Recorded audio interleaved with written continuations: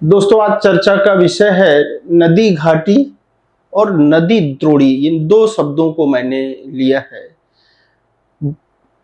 वास्तविकता यह है कि भूगोल में कई बार ऐसा होता है कि हम कुछ शब्दों का प्रयोग करते हैं जिसका अर्थ कुछ और होता है और हम कुछ और समझते हैं, और उसमें से यह वर्ड बहुत ही चर्चित है, नदी घाटी। जब मैं पूछता हूं बच्चों से कि नदी घाटी क्या चीज होती है, तो अक्सर बच्चे ये सोचते हैं कि जो नदी बह रही है, जैसे गंगा नदी बह रही है, जो पानी बह रहा है, वो क्षेत्र नदी घाटी है, जिस क्षेत्र में पानी बहता है। और अधिकांश छात्र यही समझते हैं कि नदी घाटी का मतलब है कि नदी का पानी जिस क्षेत्र में बहता है, जितने एरिया में बहता है नदी का पानी, उसे ही नदी घाटी कहते हैं। तो मैं दोस्तों ये पूछता हूं, आपने सुना होगा सिंधु नदी घाटी की सभ्यता। तो क्या सिंधु नदी की घाटी क्या एक नदी के अंदर विकसित हुई थी? जो नदी बहती अगर वो होता तो क्या नदी के अंदर विकसित हुई थी? इसका मतलब कि नदी घाटी टर्मिनोलॉजी कोई मीनिंग रखती है। आज उसी को मैं समझाने जा रहा हूं कि नदी घाटी क्या होती है। फिर दूसरा वर्ड वहीं पे है, एक नदी द्रोणी। ये नदी द्रोणी क्या चीज होती है, इन दोनों में क्या अंतर है, इसी बात पे आज हम लोग चर्चा करेंगे। तो आइए समझते हैं इस बात को। सबसे पहले बात करते हैं हम नदी घाटी क्या। तो होता क्या है, जब कोई नदी बहती है, जैसे ये मैंने मैप लिया है गंगा नदी का। गंगा नदी जब बह रही है तो ये यमुना नदी है और ये गंगा नदी है, दोनों इलाहाबाद में आकर के क्या कर रही है, मिल रही है। तो नदी घाटी जब हम लोग बोलते हैं तो इसका मतलब ये होता है कि इस नदी में जितने क्षेत्र का वाहित जल पहुंचता है, यानी जैसे मान लीजिए मैं इस समय प्रयागराज में नदी से कम 12 किलोमीटर दूर सिविल लाइंस में हूं, तो यहां पे भी पानी बरसेगा तो बह के कहां जाएगा, गंगा नदी में जाएगा।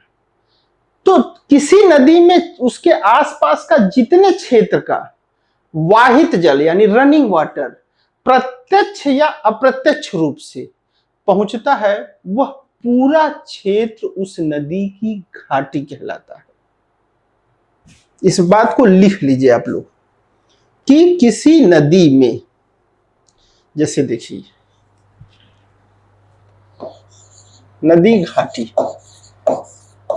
ये वर्ड आप लोगों ने बहुत सुना है, बहुत बोलते हैं, लेकिन वास्तव में बहुत कम लोग इसके रियल अर्थ में इसको यूज करते हैं। इसलिए इसको समझना बहुत जरूरी है कि किसी नदी में जितने क्षेत्र का वाहित जल, जितने क्षेत्र का वाहित मतलब रनिंग वाटर, वाहित जल प्रत्यक्ष, ध्यान दीजिए इन दोनों वर्डों पे भी, प्रत्यक्ष या अप्रत्यक्ष रूप से पहुंचता है, वह पूरा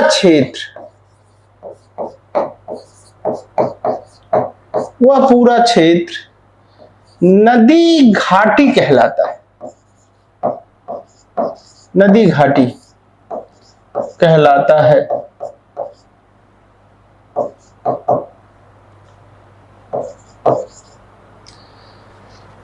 यानी कोई नदी ये बह रही है, ये नदी जा रही है, इसमें इसके आसपास का वो पूरा क्षेत्र, ये पूरा क्षेत्र, जितने क्षेत्र का पानी इस नदी में पहुंच रहा है, चाहे किसी नदी के द्वारा पहुंच रहा, किसी नाले के थ्रू पहुंच रहा, या डायरेक्ट बह के पहुंच रहा है, वो पूरा क्षेत्र, ये पूरा क्षेत्र इस नदी का, मान लीजिए ये गंगा नदी है, तो गंगा नदी में किसी नदी के द्वारा या डायरेक्ट या अन्य नदियों के द्वारा जितने क्षेत्र का पानी इस नदी में पहुंच रहा है वो पूरा क्षेत्र इस नदी की घाटी है।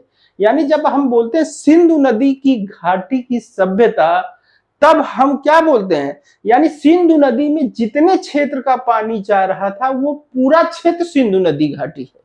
गंगा घाटी जब बोलते हैं तो गंगा नदी में जितने क्षेत्र का जल प्रत्यक्ष अप्रत्यक्ष रूप से पहुंचता है वो पूरा क्षेत्र उस नदी की क्या है, घाटी है।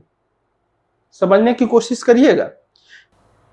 जैसे ये यहां ले लीजिए, ये गंगा नदी बेसिन का गंगा नदी क्षेत्र है, तो ये पूरा जितना येलो शेड दे रहा है ना, ये पूरा क्षेत्र, ये पूरा क्षेत्र गंगा की घाटी है। यानी गंगा में इतने क्षेत्र का पानी बह करके पहुंच रहा है, तो ये पूरा गंगा वैली है। जब कभी बोला जाएगा गंगा घाटी में ये चीज पाई जाती है तो इस पूरे क्षेत्र की बात की जाएगी। तो मैं समझता हूं कि आप नदी घाटी समझ चुके होंगे। अब नदी घाटी के बाद अब दूसरा टर्म है नदी बेसिन, नदी द्रोणी हिंदी में इसको बोलते हैं। बेसिन वर्ड भी बहुत यूज कर लेते हैं। अक्सर आप एनसीईआरटी जब पढ़ेंगे तो कहेंगे कि भारत में उत्तरी मैदान में 3 प्रमुख नदी बेसिन है। एक सिंधु नदी बेसिन है, दूसरा गंगा नदी बेसिन है और तीसरा ब्रह्मपुत्र नदी बेसिन है। और प्रायद्वीपीय क्षेत्र पर 3 प्रमुख नदी बेसिन है। एक गोदावरी नदी बेसिन, दूसरा कृष्णा नदी बेसिन, तीसरा कावेरी नदी बेसिन। यानी आप एनसीईआरटी अगर पढ़ेंगे तो पहला ही पैराग्राफ में लिखा कि भारत में मुख्यतः 6 बड़ी नदी बेसिन पाई जाती है, नदी द्रोणियां पाई जाती हैं। तो इसका मतलब है कि नदी घाटी और नदी द्रोणी में कुछ अंतर है। तो नदी बेसिन को समझते हैं, नदी घाटी समझ गए, अब नदी बेसिन को समझते हैं। नदी बेसिन क्या है, तो पहले जिस वर्ड से आया है वही वर्ड ले लीजिए, बेसिन वर्ड। बेसिन, आपके घर में बेसिन होता होगा, उसमें मुंह धुलते होंगे आप। जहां भी पानी उसमें गिरता है, इस पूरे बेसिन में जहां भी पानी गिरेगा, ये पूरा पानी एक पाइप के थ्रू ड्रेन आउट हो जाता है। समझिए, यहीं से ये टर्मिनोलॉजी वहां से यहां आई है, ये कह सकते हैं, ये सेम टर्मिनोलॉजी है। यानी किसी विस्तृत क्षेत्र का समस्त वाहित जल, किसी विस्तृत क्षेत्र का, इस कलर से दिखाते हैं, किसी विस्तृत, ये पूरा उत्तर भारत का मैदान है, इस पूरे क्षेत्र का समस्त वाहित जल जिस नदी द्वारा समुद्र तक पहुंचता है, समुद्र में गिरता है। जैसे बेसिन में एक ड्रेनेज होता है, वो पूरा पानी निकाल देता पूरा बेसिन का, तो ये पूरा बेसिन है। इस पूरे क्षेत्र का समस्त वाहित जल जिस नदी के द्वारा समुद्र में पहुंचता है, वो क्षेत्र, वो पूरा क्षेत्र उस नदी का बेसिन कहलाता है। लिख लीजिए इस बात को।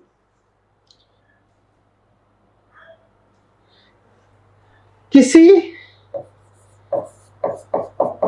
क्षेत्र का समस्त वाहित जल, वाहित जल क्या होता है, रनिंग वाटर, जिस नदी द्वारा, ध्यान दीजिए, जिस नदी द्वारा समुद्र में पहुंचता है,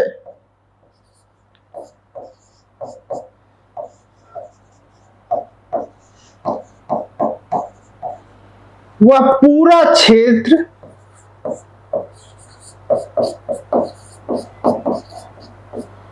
उस नदी का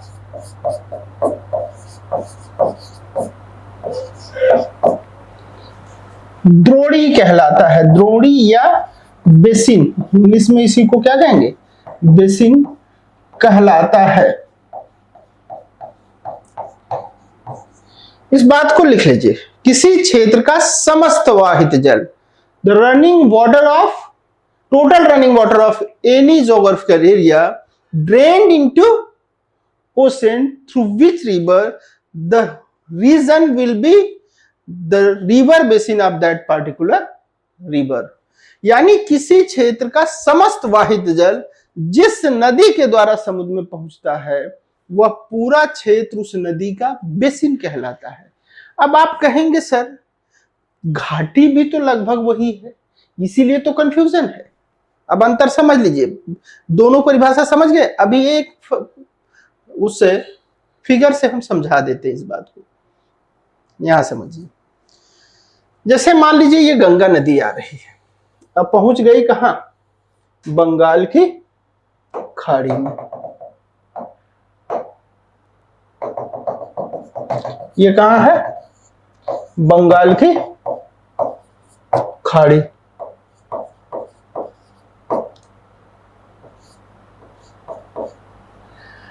अब देखिए, इसकी बहुत सारी सहायक नदियां भी होंगी, जैसे इधर से यमुना नदी आ रही है और कहां गिर मिल रही है? प्रयागराज में। तो प्रयागराज में यमुना मिल आ रही है, ये कौन सी रिवर है? यमुना। ये कहा है? प्रयागराज, इलाहाबाद। ठीक है। अब देखिए, ये कौन है? गंगा है। ये कौन है? ये गंगा है।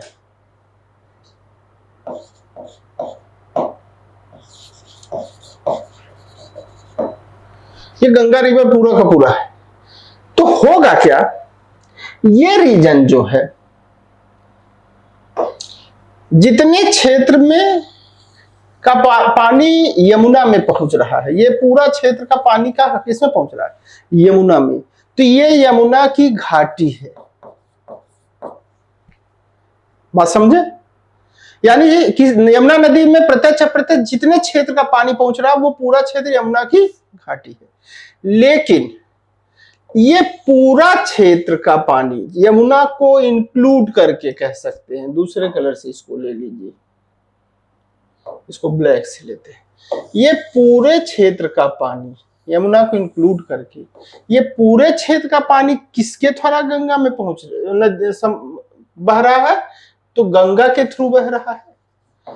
तो गंगा नदी की ये घाटी भी है और गंगा नदी का बेसिन भी है। गंगा घाटी इसको कहेंगे, क्या कहेंगे? ये गंगा घाटी भी है और गंगा बेसिन भी है। यानी कि हर नदी का बेसिन नहीं हो सकता, लेकिन हर नदी की घाटी हो सकती। जैसे यहां कोई नदी है, घाघरा नदी है, घाघरा नदी की घाटी है ये, लेकिन घाघरा नदी की बेसिन नहीं हो सकती। बेसिन के लिए जरूरी है कि वो नदी समुद्र तक पहुंचे। अब एक नई बात आपको लगभग समझ में आ चुकी होगी, जैसा कि इस फिगर में देख लीजिए। ये देखिए, हमने क्या दिखाया है कि यमुना नदी है। ये नदी क्या है? यमुना नदी है। और ये नदी जो है गंगा नदी है। तो आगे गंगा हो गई। तो ये पूरा जो शेडेड एरिया है ये यमुना की घाटी है। किसकी घाटी है ये यमुना की घाटी है। ये रीजन, इसको दूसरे कलर से दिखा देते हैं। ये रीजन, ये ग्रीन शेडेड रीजन जो है, ये यमुना की घाटी। इतने क्षेत्र का पानी किसमें पहुंच रहा है? यमुना में। तो ये यमुना की घाटी है। अब यमुना का बेसिन नहीं हो सकता, क्योंकि बेसिन के लिए क्या है? किसी क्षेत्र का समस्त वायु जल जिस नदी के द्वारा समुद्र तक पहुंचा। ये समुद्र तक कहां जा रही है? तो गंगा में गिर जा रही है। इसका पानी कौन लेके जा रहा है? गंगा। तो बेसिन गंगा की हो सकती है। यानी कि एक नया टर्म लिखिए, नई बात लिखिए कि घाटी, every river have it's valley. घाटी प्रत्येक नदी की होती है।